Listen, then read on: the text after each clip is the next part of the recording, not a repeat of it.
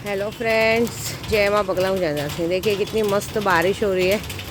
पूरी रात से बारिश हो रही है, बारिश रुकी नहीं है। पूजे के मुताबिक जो वादा है, माँ कामाख्या तो पूरी तरह से खुश हो गई हैं। कल रात को भी 2-2:30 बजे तक पूजा चली थी और अभी भी मैंने किए और कुछ लोगों का सफाई का काम कर लिया है। कुछ लोगों की आवाज़ भी बहुत निकलती, जाने दो वो सब बात बार बार क्या। मैं अपना काम कर रही हूँ। 3 दिन का रिजल्ट है। कल का पहला दिन बीत गया, दूसरा दिन है, कल तीसरा दिन है। परसों है पूर्णिमा। पूर्णिमा के दिन, परसों नहीं सॉरी, शनिवार को 2 दिन की पूजा और है। शनिवार को पूर्णिमा है। मुझे तो 4 दिन मिल गए पूजे के लिए, बहुत बड़ी बात है। चौथे दिन 4 दिन मिल गए, 19, 20, 21। 5वें दिन माँ का वो क्या बोलते हैं, माँ कामाख्या की पूजा की जाएगी, जैसे माँ कामाख्या का खाना बनेगा। अच्छा, मैं योनि पूजन डालती ये हूँ तो बहुत सारे लोग गलत बोलते हैं। फिर उसके बाद शायद मैंने 1-2 बार बहुत कुछ बोला है, ये ऐसे वैसे। तो किसी ने मुझे सवाल किया कि आप हमेशा सबको इतना कैसे बोल सकते हैं, आपको लगता है सब ऐसे, लेकिन आजकल की दुनिया ऐसी है, सर्टिफाइड बोल रहे हो आप। कैसे पता चलेगा? बोलते हो कि आपने खुद के घर में देखो, कैसे पता चलेगा खुद के घर में? आज की तारीख में तो औरतें चाहे तो खुले शब्दों में बोलती हैं, औरतें तो कॉन्डम लगा के यूज़ करती हैं। कॉन्डम लगा के अगर किसी के साथ मरवा के आएंगी तो कैसे पता चलेगा? और ख़ास करके ये गाली मुझे भी दी है कि आप अपने आप को बहुत सती सावित्री बताती हो, सोचती हो कि मैंने तो दुनिया में कभी कोई पाप ही नहीं किया।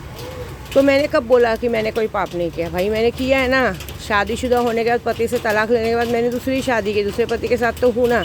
लेकिन हाँ, इतना गारंटी ज़रूर देती हूँ कि मैं हॉस्पिटल जाने को तैयार हूँ। हॉस्पिटल में जाके पता लगा सकते हैं, ठीक है। एक डॉक्टर हमेशा बता देता है कि एक औरत कितनों के साथ सोई है। मेरे लिए भी पता चल जाएगा। और मैं अपनी सफाई दे रही हूँ। जब मुझे कोई बोल रहा है तो भी किसी ने डायलॉग मारा है कि आप इतना बड़ा बड़ा बात करते हो, क्या फ़ायदा? औरतें तो आजकल कॉन्डम लगा के जाके आ जाएंगी किसी के साथ, तो क्या पता चलेगा? क्यों नहीं पता चले? अब ये तो वही जान सकता है जो रंडियों के ख़ानदान से होगा, जिसको ये बात बखूबी पता है, या जो अपने पर्स में या अपने जेब में कॉन्डम्स के पैकेट लेके घूमता है। उससे शायद बराबर पता है कि वो कितनों के साथ गया। देखो, आदमी जात का हमको नहीं पता, क्योंकि मैं तो उस लेवल तक गई नहीं हूँ, या मेरा ये कोई काम धंधा है नहीं कि मैं इस बात में ज़्यादा ध्यान दूँ। लेकिन अब इस मुद्दे पे सवाल उठा है तो उस बात का जवाब दूंगी मैं कि तो क्या है, जब बात औरत की इज्जत तक आती है तो औरतों को इस बात का जवाब देना ज़रूरी है।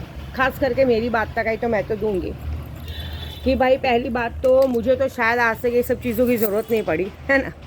और ये जो आप लोग बार बार औरतों पे लांछन लगाते हो, क्योंकि औरतें कैसी हैं, बाहर आज की तारीख में काम काज कर रही हैं, इंडिपेंडेंट कमा रही हैं, धमा रही हैं, बाहर जा रही हैं। मैं भी बहुत जाती हूँ, बहुत सारे अलग अलग लोग मेरे साथ बाहर जाते हैं उस बात पे अगर मुझसे सवाल किया गया है तो मैं एक बात बता दूँ आपको कि औरत चाहे कॉन्डम लगा के किसी के साथ सेक्स करे या विदाउट करे, डॉक्टर तो भी बताता है कि औरत कितनों के साथ गई है, ठीक है।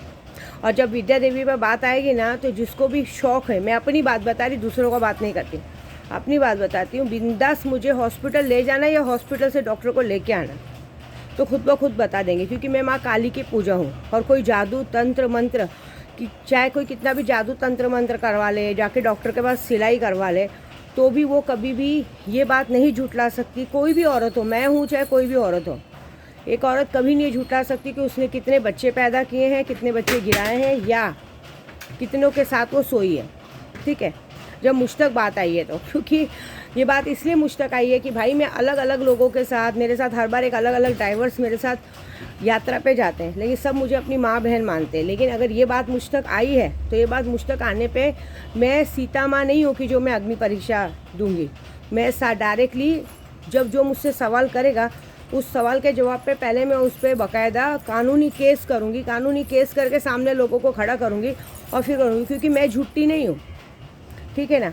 और ये मुझसे ज़्यादा तो भाई बेहतर कॉल गर्ल्स जान सकती हैं कि ऐसा होता है कि नहीं होता है। लेकिन मैं जो डॉक्टरी इलाज जानती हूँ, तो साइंस ने इतनी तरक्की की है कि एक 50 साल या 60 साल की बुढ़ी क्यों ना हो, 60-70 साल की बुढ़ी क्यों ना हो, उसको भी डॉक्टर चेक करके, जैसे कोई अगर एक पिक्चर आई थी आरुषि हत्याकांड, याद है? उसके यहाँ पे एक मेड काम करती थी, वो मेड कुंवारी थी, उसने शादी नहीं की थी, क्योंकि वो मेड आरुषि का जो मतलब वो जो हत्याकांड पे पिक्चर बना था एक, उसमें जो मेड का मतलब जो उसका पिता था, वही ऐसा कुछ तो था वो लोगों का, रिलेशन।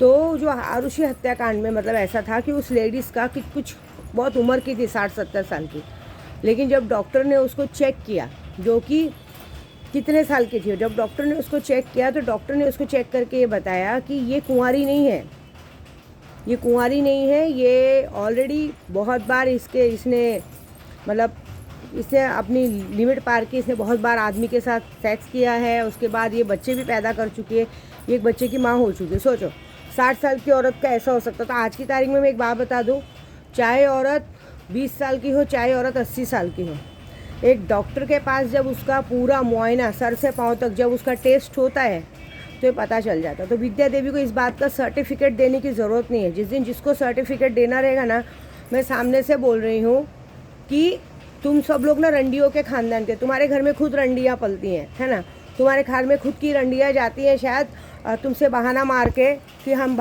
यहाँ जाके आते, वहाँ जाके आते हैं और जाके कॉन्डम यूज़ करके आती होंगी, है ना। शायद मेडिकल में जाके पूछो, होता होगा, क्योंकि आज की तारीख में कैसा है, घर घर में धंधा चालू है।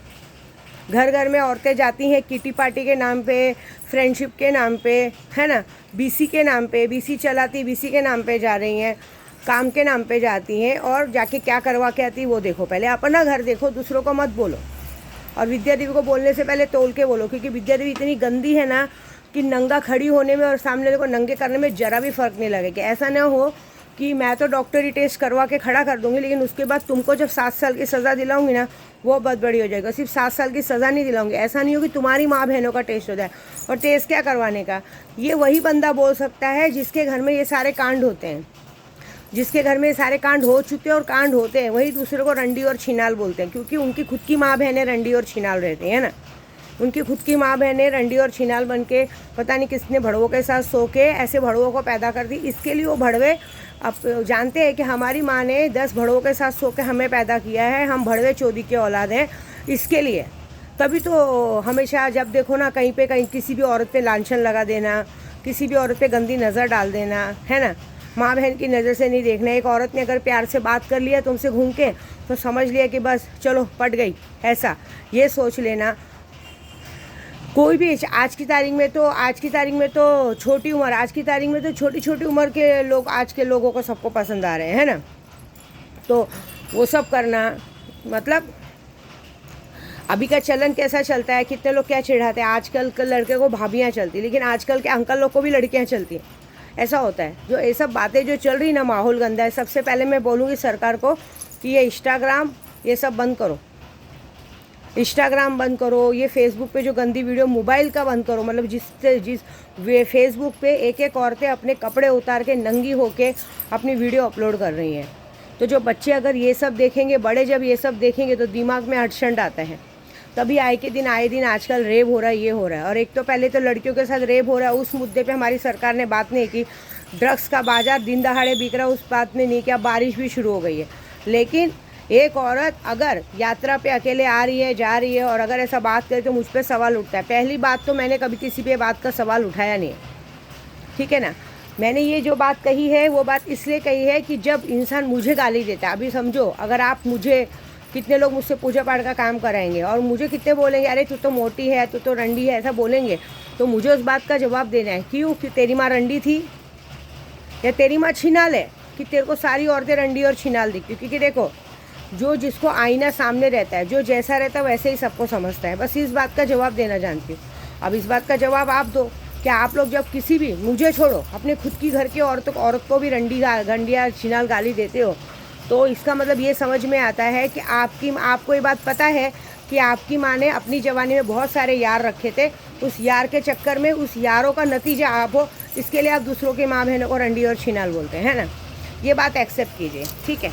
और जब मुझसे सवाल जवाब और मुझसे हिसाब लेने का टाइम आएगा कि मैं रंडी हूँ कि छिनाल हूँ या मैं कितनों के साथ सोई हूँ, उस बात का हिसाब मैं दूंगी, पक्का दूंगी, मैं पीछे नहीं हटूंगी।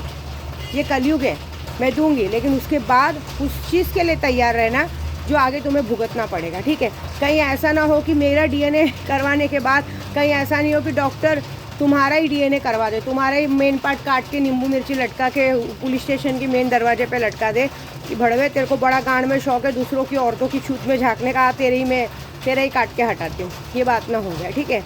तो मुझसे बोलो तोलो सोच समझ के बोलो। पहले अपना घर झाँको। जिसके घर खुद शीशे के होते हैं ना, वो दूसरों के घर पे पत्थर नहीं मारते बेटा। ठीक है, जय माता दी।